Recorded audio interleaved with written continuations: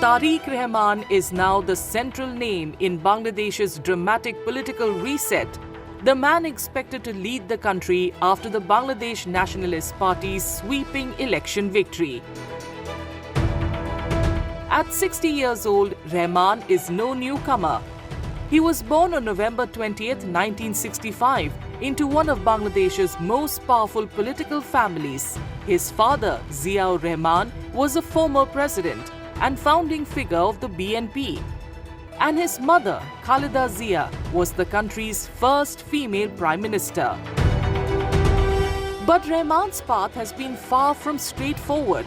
After rising through the BNP's ranks, he spent nearly 17 years in self-imposed exile in London, a period marked by legal battles, political turbulence, and intense rivalry with Sheikh Hasina's Awami League. He finally returned to Dhaka in December 2025, just ahead of the historic 2026 election, the first since a massive youth-led uprising toppled Hasina's government. On arrival, huge crowds greeted him, reflecting both long-standing support for his family's political legacy and hopes for a new chapter. Rahman now stands on the brink of becoming Bangladesh's Prime Minister designate after the BNP's decisive win, ending years of political stagnation and setting up major expectations for governance and reform. I have a dream. In campaigning, he has pitched himself as a leader focused on stability, economic diversification, and institutional reform, I have a plan promising cleaner politics and a more accountable government. for my country.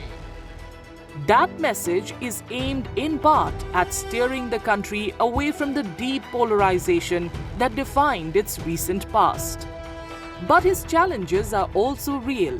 Critics point to his long absence from domestic politics and worry that old power networks may return, potentially stalling meaningful change. And with the rise of new political players, including an Islamist coalition that mounted a strong challenge this election, Rahman will have to govern amid high public expectations and lingering mistrust. For now, though, the comeback is complete. Tariq Rahman has returned not just as a candidate, but as the likely next leader of Bangladesh, carrying both the weight of a political dynasty and the hopes of a nation looking for direction.